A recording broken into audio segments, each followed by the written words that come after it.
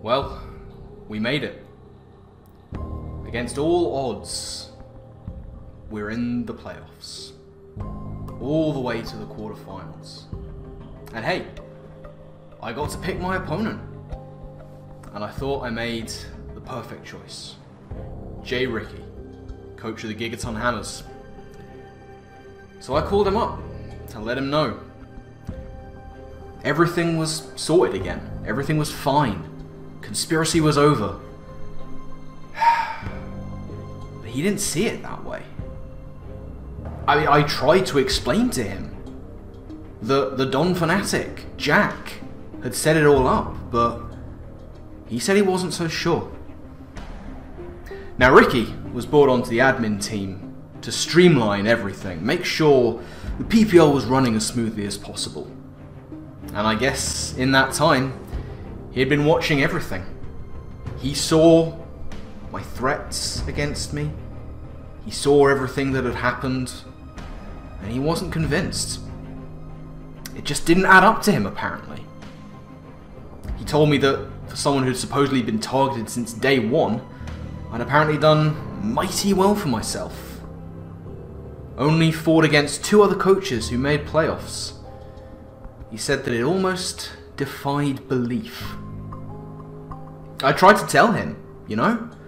I gave him the undeniable proof. Jack silenced Dr. Slacking, won an early game due to massive hacks, beat down the commissioners. And I know we were over the whole Councillor Boomers thing, but Jack lost to a bunch of us to keep us trusting him. I thought all the evidence was there. And then Ricky pointed out that, didn't I do all those things as well? I mean, he's not wrong, but these weren't things that I could control. And then he dropped the bombshell. Because didn't that sound familiar to him? I'd forgotten. He was in the Bolt Division too. He saw all that alter ego stuff firsthand. All he saw was 2 conspiracies, with me at the centre of both of them. It was a risk he said he couldn't take in his role as an admin. He didn't know the truth. He admitted that to me firsthand.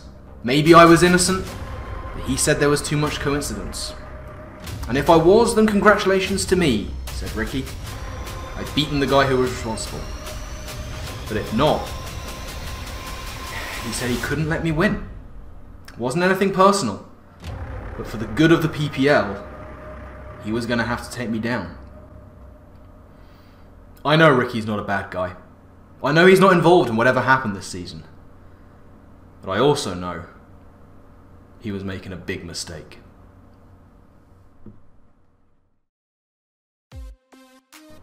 Hello everyone, Shroomraver here, and welcome to the playoffs for Season 2 of the Pokemon Premier League.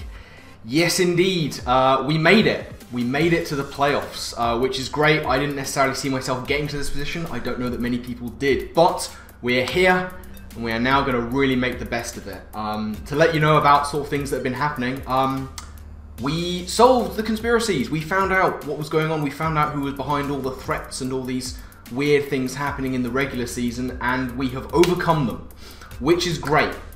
And that put us into 4th position on the table after the regular season. Now, as I explained before, the way this goes is that the top 4 seeds, as it were, choose their opponents out of everyone else. So Mountay, he had an undefeated season. He came first, and he got to pick his opponent first, and he went straight for the jugular. He chose Kelly, who is seeded number 2, which is wild, you know? It's not all based on, like, ability. Obviously, it's not like first is the best, second is the second best, and so on and so forth. Anyone can have a good day, anyone can have a bad day. But clearly Mountay thought that picking seed 2 was his best matchup, which is fine. Next up, therefore, was Addison in at seed 3. She decided to go against my boy Onesie Bayonet, which meant I had my choice to choose either Vepsis, JRicky, or Kiluaboom. Now, I decided to choose Ricky. We are going to be going up against JRicky and the Gigaton Hammers. Here's links down in the description below. Make sure you check them out. And yeah, it's been an interesting one. Hopefully there'll be something in the intro that you can use to get an idea of how things are between us. I messaged him, I got in contact with him to say I was choosing him as my opponent. I was in a good mood, I was happy, the conspiracy was over. But Ricky, he is an admin of the PPL, and it is his job to make sure everything is streamlined.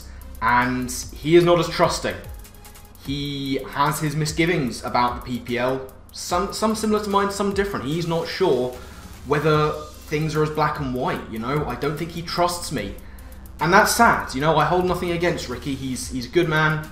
He's doing a great job, but unfortunately it seems he doesn't fully trust us, presenting some evidence or ideas in his mind that we might have more to do with it than meets the eye. Obviously, I don't.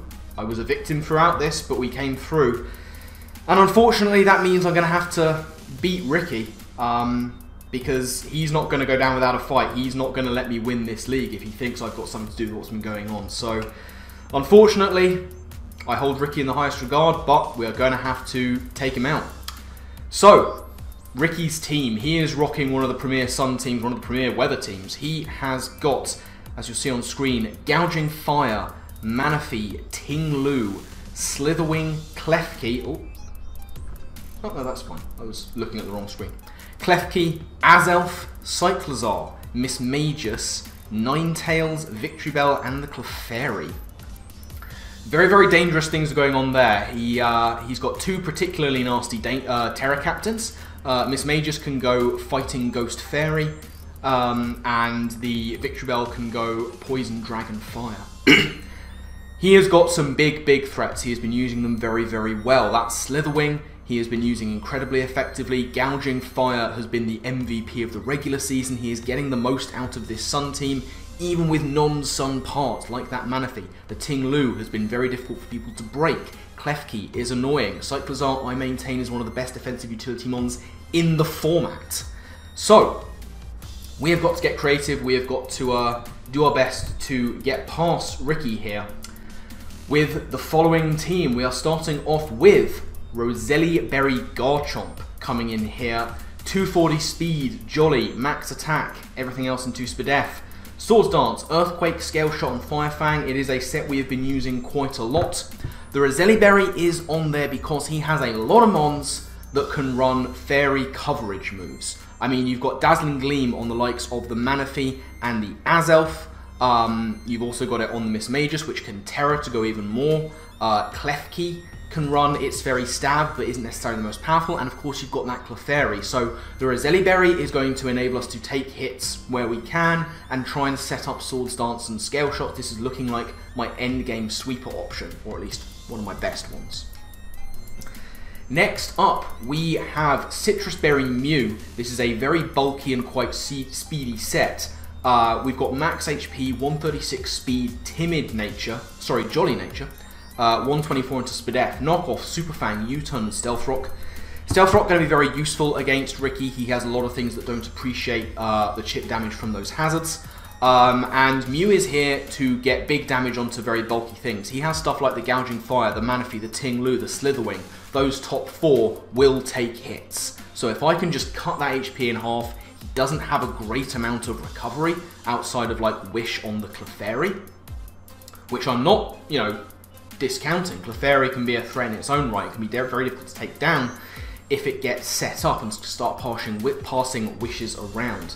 But Mew is looking like my main specially offensive switch-in to things like the Manaphy, Klefki, Azelf, even the Victory Bell, and certainly the Ninetales. Miss Magus to a lesser extent.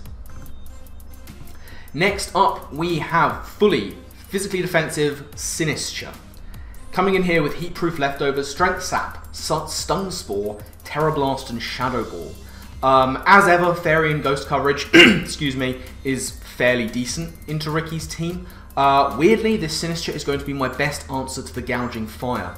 With that Heatproof and Terroring up, there is little he can do in the way of two-shotting me, and I can Strength Sap back, I can Stun Spore if he's got like a DD up or something. Excuse me, I've still got a cough. And yeah, Sinistcha is hopefully just going to sit around here and chip away at things slowly for my sweeper options to come in after the fact and deal with them more effectively. Next up, we have Scarfed Hisuian Samurott, once again coming in here. 224 speed Jolly, nominal investment put into defense. We have Ceaseless Edge, Sucker Punch, Razor Shell, and Flip Turn. Scarfed Samurott is going to be fairly necessary. It is outspeeding, of course, the Slitherwing. Sucker Punch Scarfed is interesting. You know, I want to be able to outpace a Banded Gouging Fire, but I'd also like to be able to outpace a +1 Gouging Fire. And Sucker Punch seemed like the best option on there.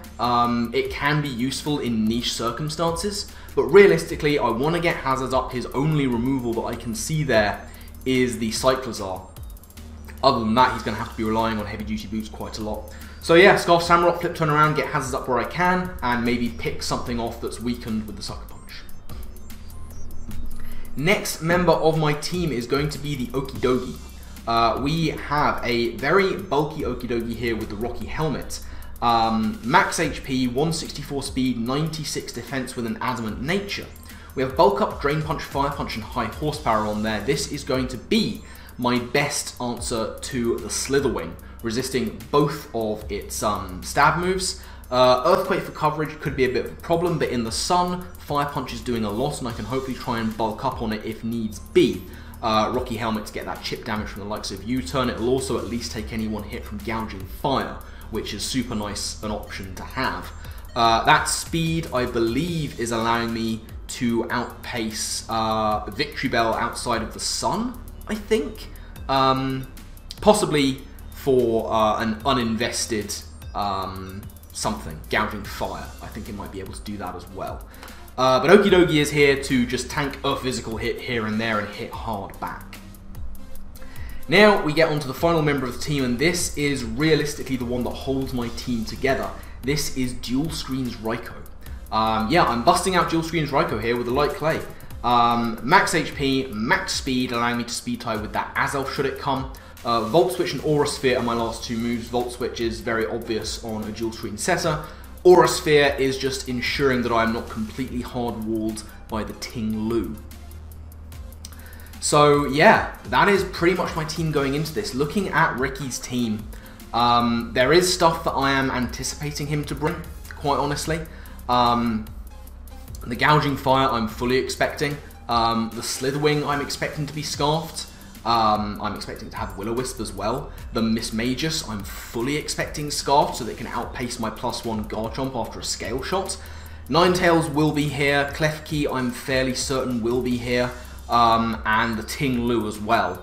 Azelf could be interchangeable with the Mismagus. I don't see him going Cyclozar. Realistically speaking, I think he's going to rely more on boots against my team because I don't think Cyclozar is going to get him a lot of momentum, despite the fact that normally it would. So that's what I'm really looking at here. The Klefki I'm fully expecting to be Foul Play Air Balloon. That's really what I'm banking on. Stuff like the Ting Lu he could bring, but you know, it could be interchangeable with something else. The Manaphy I don't really see coming. I think he's going to go hard in on Sun, which also brings the Victory Bell into question. So that is also an option. But those are the kind of things I'm looking at for him to be bringing. So without further ado, let's get right into the battle and see what he decides to bring against me. So, as you can see, Ricky has decided to bring Gouging Fire, Klefki, Ninetales, Manaphy, Mismagus, and Slitherwing. So a lot of what I was expecting him to bring. No Ting Lu is nice, but the Manaphy is there. That could be a bit of a problem. I don't have too many things that actively want to switch into it if it's got a Tail Glow Up or even a Take Heart. So there are problems here that we're going to have to deal with. Either way, looking at it, I'm pretty sure that Samurott is going to be my lead. I see no reason not to do this and just get up spikes if I can, or flip turn out if I need to. So, here we are. It's quarterfinal time up against JRicky and the Gigaton Hammers. Now, he is going to go straight in with Sun. He's leading off with Ninetales. I'm going to go with my Samurott now. With the Sun up, as you'll see, in comes the Drought. I'm not going to be able to one-shot him with anything I choose to go for, so Razor Shell won't be doing it. Realistically, my play here is to go for Flip Turn. I don't think he's brought Scarf Ninetales at all. I don't see him starting now, so I'm not really fearing like a Scarfed Solar Beam or anything. I'm just going to go flip turn, get on out of there, and scout out what this Ninetales wants to do to me. So, flip turn, going to come in, that's going to do around about 35-ish%, which is nice damage. Now, my play here is either to go into my Mew, or to go into my Raikou, and I'm deciding to go for the former. Mew is very much my sort of scouting option for this team. So that's what I'm going to do, go into Mew and see what he wants to go for. So, I'm going to send in my Mew. The fact he stayed in means either Willow, Solar Beam or Baton Pass, and he's going to go for Solar Beam. Which is fine. My Mew is very, very specially defensive, so I'm fairly certain I can take this really well. Here comes the Solar Beam, as you'll see, doing just under 100 points of damage. Under 25% is absolutely fine by me. He is not going to want to stay in here at all. There's no telling what a Mew is going to do, but he's going to know that I'm bulky at the very least. My players try and get up rocks. He doesn't have any hazard removal, so they're going to be there to stay if I can do that. He is going to go for the Baton Pass, which is fine. He's going to get out of there. Obviously, he doesn't want to stay in. My rocks are going to be incoming on whatever's going to come in on his side. Now, Ricky is going to go very offensive very quickly, which is not something that I wasn't expecting. Miss Magus is going to come straight in here on my Mew as I'm going to get up my rocks. Now, as I mentioned in the sort of team preview stuff, I'm expecting this thing to be very scarfed. And I do not want to take a Shadow Ball. So, I don't want to be staying in and going for knockoff. I don't want to be staying in and going for U-turn.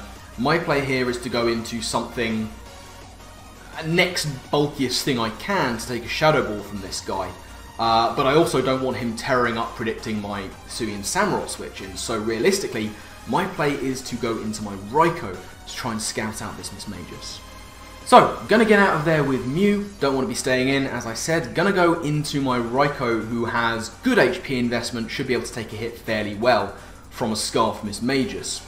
As we'll see, he is just gonna go for the Shadow Ball, coming in here and doing a good amount of damage. Again, it's about sort of 35%, which is looking like a high roll on a Scarf set, as I would anticipate.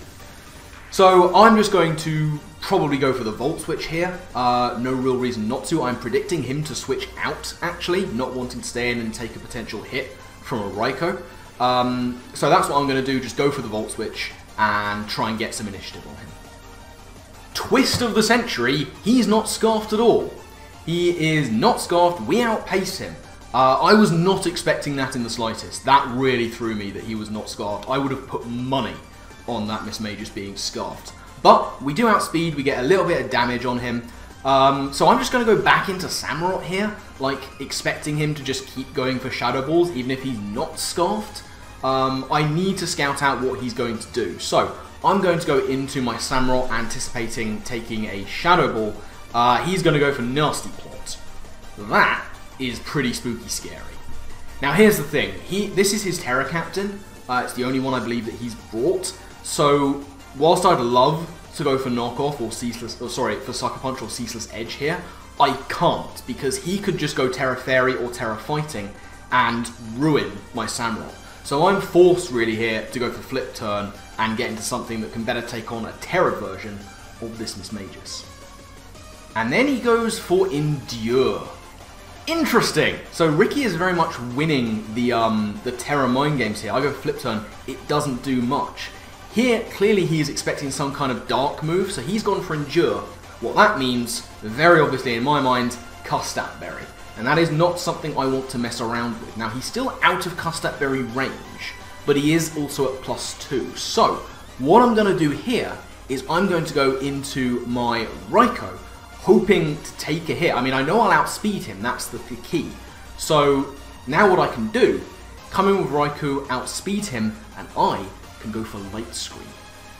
Now, potentially anticipating me to go for the KO here, Ricky's going to go for Endure again. It's going to fail. Raikou is going to get up the Light Screen. This is very important. Now I'm going to be taking hits from this Nasty Plotting Miss Magus a whole lot better. But he failed his last Endure, so I'm predicting him actually to go for it for a third time, and that's going to allow me to get up my Reflect. Now, Ricky really wants that Custap to go off. I'm having none of it. Absolutely not. He's going to Endure, but I'm going to go for Reflect. So now I have both my screens up for the maximum amount of turns that they can, which is great. Now, here is where I am going to have to go for the Volt Switch. If he endures, so be it. I actually have a plan of getting around him if he does. So, I'm going to click Volt Switch here. As you'll see, he doesn't endure, and Volt Switch, nearly takes him out. He is deep in the red. But he hasn't gone for endure, that means he's going for an attack or a nasty plot. Most likely, he's going for Shadow Ball. Now, he may be at +2, but I have a light screen up, so my play is to go into my Samurott here and see if we can't take a Shadow Ball at +2 behind a light screen. So, back in comes the Samurott, in at full health. He is indeed going to go for that Shadow Ball at +2 behind a light screen. That is going to do vast amounts of damage because it is a crit. And that's unfortunate. Special defense drop doesn't matter. But it is okay, because here I know that his Custap Berry is going to pop. But this is one of those niche areas where having Scarfed Sucker Punch is actually going to come in really handy. Because I'm fully anticipating him to just go for the Terror here. He might as well at this point if he has it. So as you'll see, he is going to pop that Custap Berry. And then we're going to see the animation for his Terroring. So here he goes. I was anticipating Terra Fairy. And as you'll see, we are proved to be fully correct in that assumption. There's the Terra Fairy popping off on the Miss Magus. He has had his Custap, but we have the Sucker Punch, and that is going to out-prioritize the Custap Berry, which is really good. That very dangerous Nasty Pot Miss Magus is going to go down, and we are going to draw first blood in this match. Now, Ricky knows that I am locked into Sucker Punch here, and this is his opportunity to start running some support with his Klefki. I have to get out of there, I don't really have a choice. My best option is always going to be to go either into my Mew or my Raikou once again. He's obviously not going to be going for Thunder Wave here, because it's not going to affect my Samurott. But either way, I'm pretty sure that Raikou is my best switch in, Mew is a close second. As it is, I think Mew is going to be the one I choose to go into, because I can Super Fang this thing down. It came in and we didn't see Air Balloon, which is what I was anticipating him to have. But he doesn't have that. Mew is going to be my play here, because I can start Super Fanging, knocking off. There's nothing I can do about him getting up spikes, as you see. That's what he's going to go for. So there's a layer of spikes up on my side, I can't do anything about that.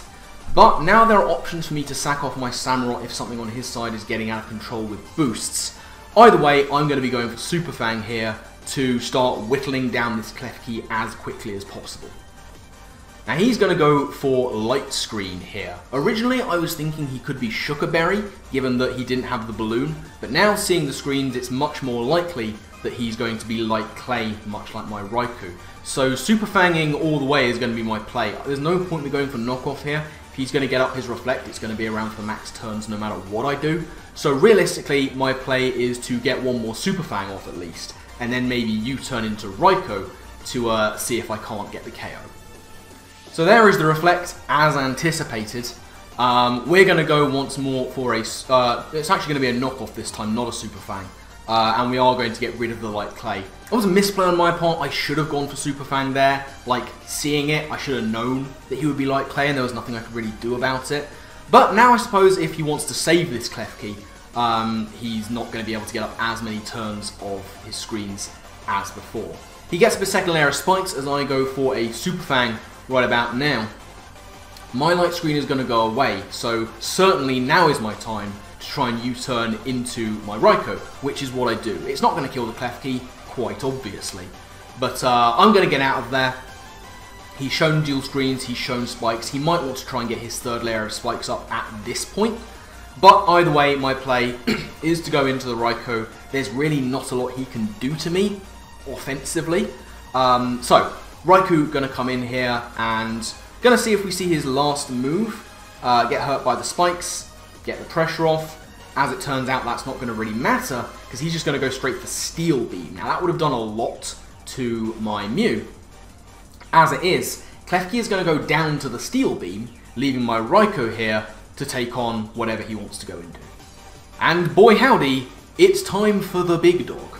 It is him. It is Himothy. It is Gouging Gary. It's Gouging Fire. Now, I check my side of the field. I don't have anything up. Right now, I'm thinking my best play is to just go for Reflect. Go for Reflect, get it up. Raikou looks like it might have done its job here, to be honest.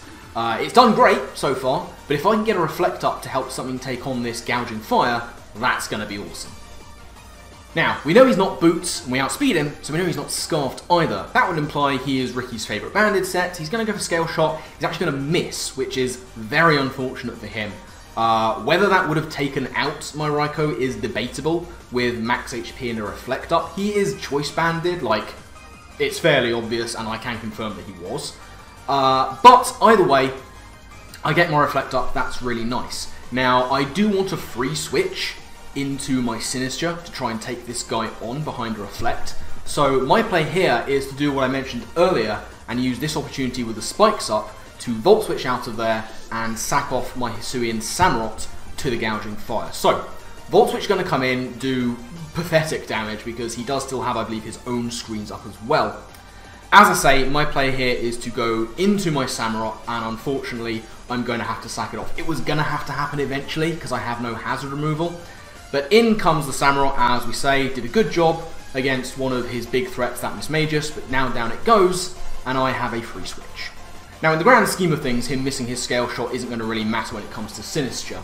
I am Terra Fairy, and he is very much Choice Banded. So my play very much here is to Terra up, and just go for Shadow Ball and start getting damage. There is nothing he can do to me, so he's going to have to switch out. So it'll be nice to just get a bit of chip damage onto something. Shadow Ball is going to be my best play in that regard. If he wants to try and go back into the Ninetales to get the Sun up, then that's going to do at least a bit of damage to him. So, Ricky is going to get out of there with the Gouging Fire. He is indeed going to go back into that Ninetales to get the Sun back up. Now, he has a light screen up, so this Shadow Ball certainly isn't going to take him out from this range.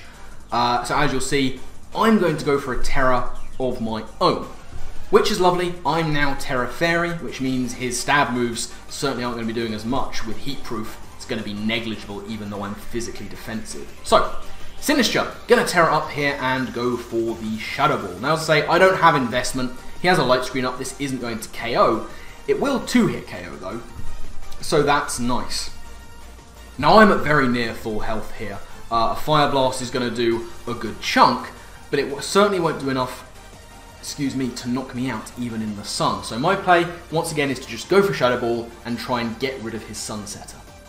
Now his best move to hit me is going to be the Weather Ball, but because it isn't super effective and because I have that Heat Proof, it's not even going to do over half. So I'm going to be able to go for Shadow Ball and pick off his Ninetales. That means his Sun is gone, which in the grand scheme of things doesn't matter too much. It was only really benefiting the Gouging Fire and potentially that Slitherwing. But he's not going into Slitherwing against a bulky Fairy, that's for sure. Light Screen has gone away. His best play most likely is to go back into the Gouging Fire, and what do you know, there it is. However, I am behind a Reflect. I am very physically defensive. He can't hit me with Dragon Stab, and I have Heat Proof for the Fire Stab. My play therefore is to go for Strength Sap, scout him out, take the damage, get back to full, and lower his attack all in one go.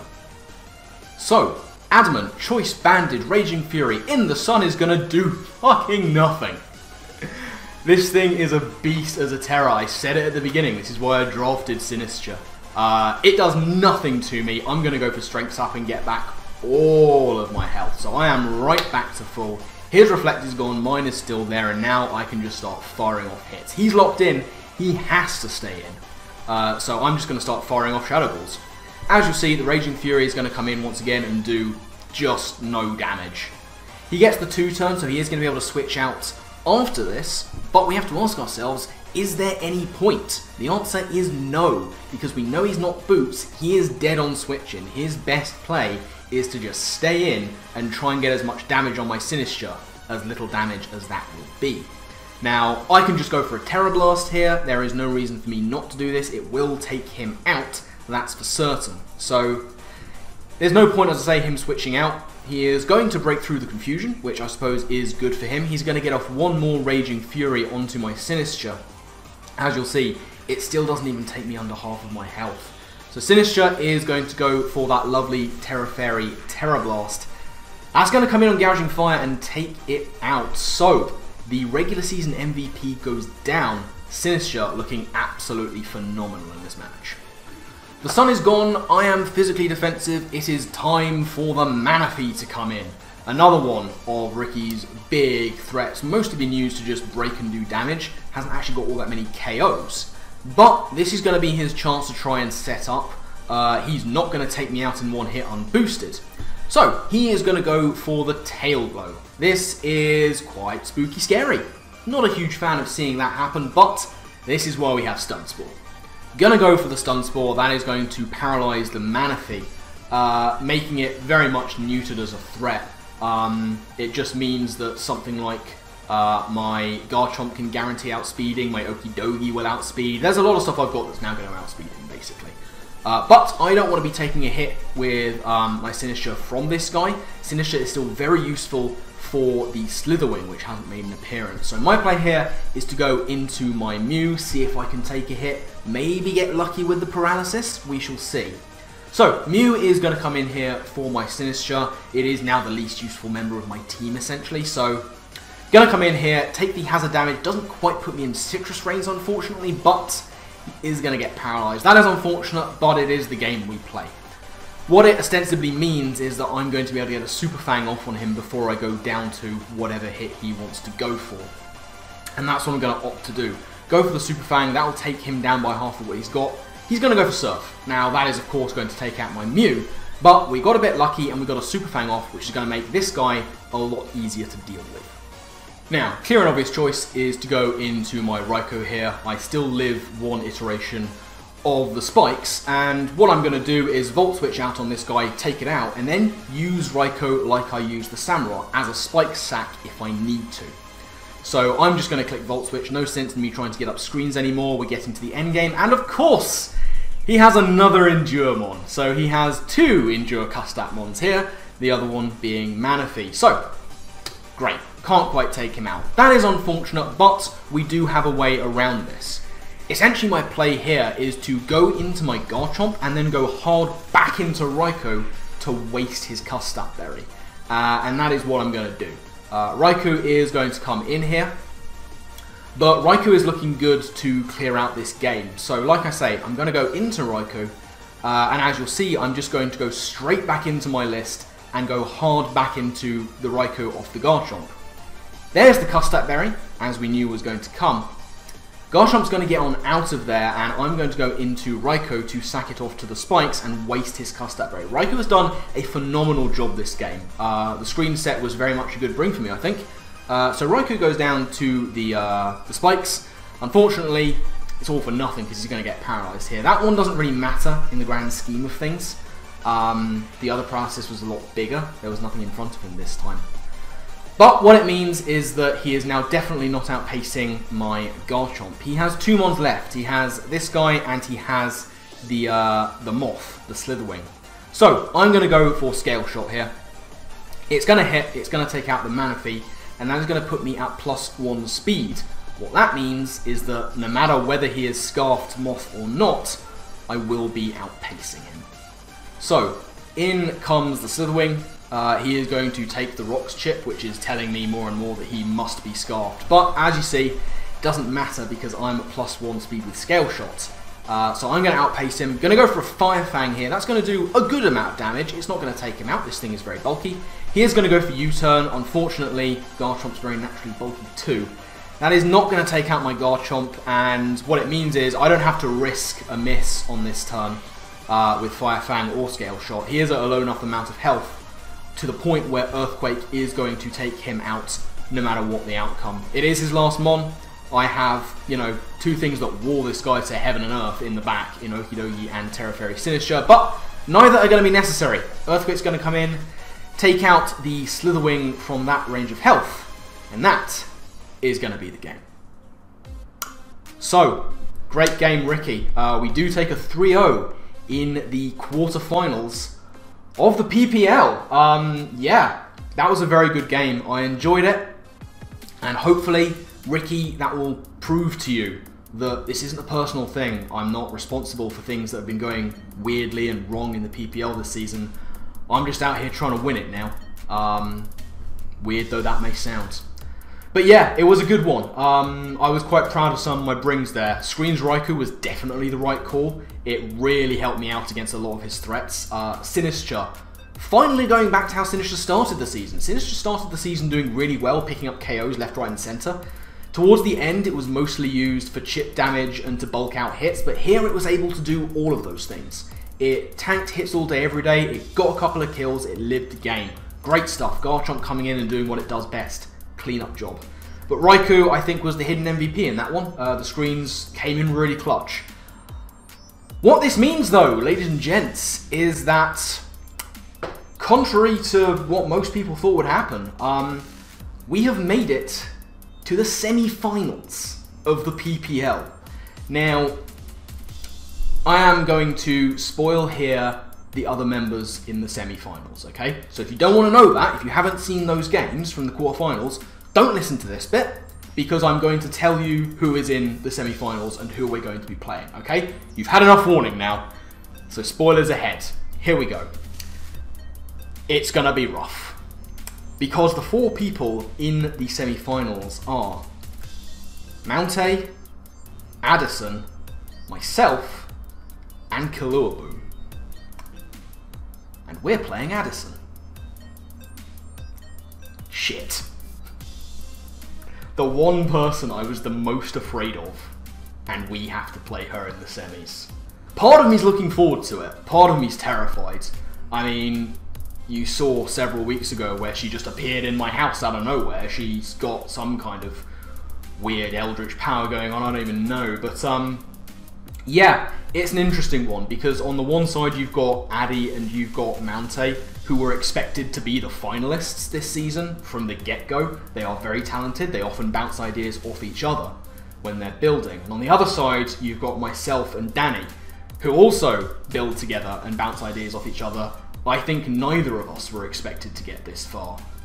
Me because I'm washed, and Danny because he had a horrible start to the season by his own admission. But his is the fight back story, and mine is the veteran story, and we have to play the favourites. But we are going to give it our best shot. That game is going to be going up next week. I hope you are looking forward to it. Myself versus Addison, it's going to be a cracker. But thanks once again to Ricky for the game. Nothing personal, mate. I hope you get that now. His link's down in the description below. Make sure you check them out along with everyone else's in the league. But I'm going to get out of here. Rambled on for far too long. So, my final thank you to you all for watching. And I guess with that, I will see you next time. Laters.